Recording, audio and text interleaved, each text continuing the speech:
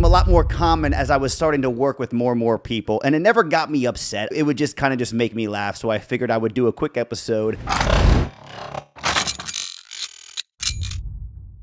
Hey, what's going on, everyone? Welcome back to the Closing with Cory podcast. Before we start off, two quick things, actually. Number one, I am 0 for 2 when it comes down to dealing with some external issues when I'm recording these podcasts. Last week, the workers were in the back and they were blasting music, having a great time. And this week, there's a windstorm going on right now, so I'm sure you're going to hear some noises in the background as well, too, because it sounds like my house is about to fall over. Also, for everyone who tuned into last week's episode, it was one of my most viewed episodes. So anyone that clicked on that thinking that it was going to be a podcast talking about the college basketball tournament coming up in March, I apologize. I called it March Madness, and I looked on YouTube before in the analytics, and I was like, wow, people really, really enjoyed this. So, hey, listen, hopefully everyone that did watch it was trying to look into what the market was going to do in March. Getting that out of the way, this one was going to be a fun one. I wanted to talk about some common real estate misconceptions that I know that I deal with.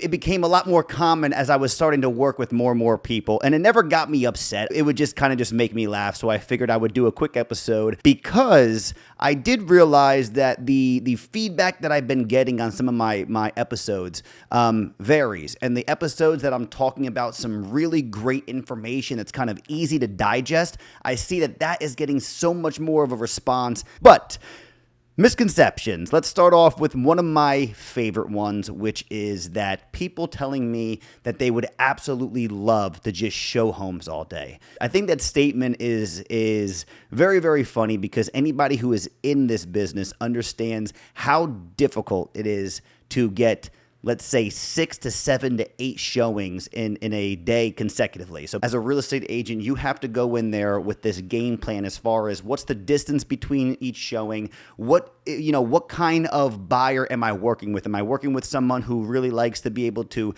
take in the entire property and take in the area and be able to take their time on each level and ask questions? Or am I with somebody who basically knows exactly what they want? They're going to go in there and bang out a showing, whether it's going to be 2 minutes, 20 seconds to where they pull up and they're like, hey, listen, this isn't going to be the one for us regardless. You have to take so many different things into consideration. It's one of those things to where if you have 8 showings in one day, one of them is going to be 15 minutes late, then that is going to severely impact every other showing more and more and more. It's like a snowball effect as you get closer to that 6th, 7th, and 8th showing. So another one is that agents get to keep all of the commission that gets paid out.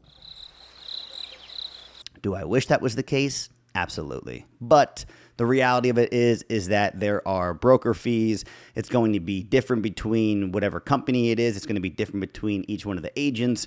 Another one that I've heard a lot of is that home inspections either pass or fail, which is not true whatsoever. There are things within a home inspection that can be brought up and then further discussed in negotiations with a buyer and a seller, between their agents, between their attorneys.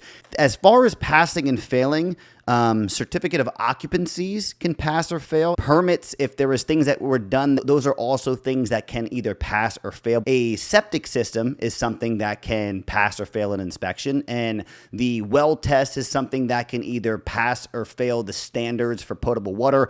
There's a lot of different avenues when you talk about inspections, but as far as the actual inspection itself, I'm talking about just the home inspection. That actually is not going to give you a documentation saying this either passed or failed a home inspection. The last two that I want to talk about is very simple when it comes into working with my sellers on listing a home and working with my buyers on buying a home. On the buying side, a lot of the times it's going to be, well, let's start at a low offer and work our way up. And on the opposite side of that, it's going to be some sellers that say, well, let's start at a high number and work our way down into negotiations.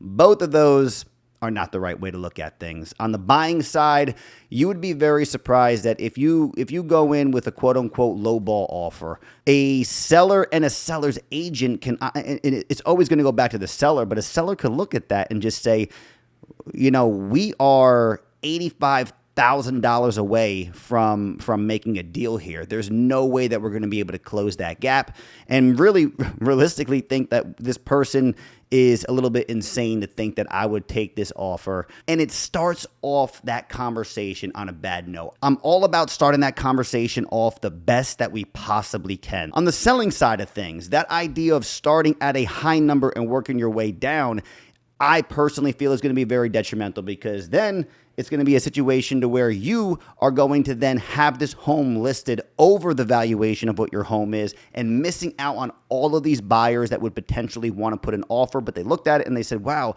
this person is $50,000 over what the actual market value of this is. Let's pass on this one and not even check it out, because we're not going to be able to come to an agreement. Those are some misconceptions. As always, thank you guys so much for tuning in. Please subscribe on all the platforms. Stay tuned. Next week, I have a fun one for you as well, too. So have a wonderful week.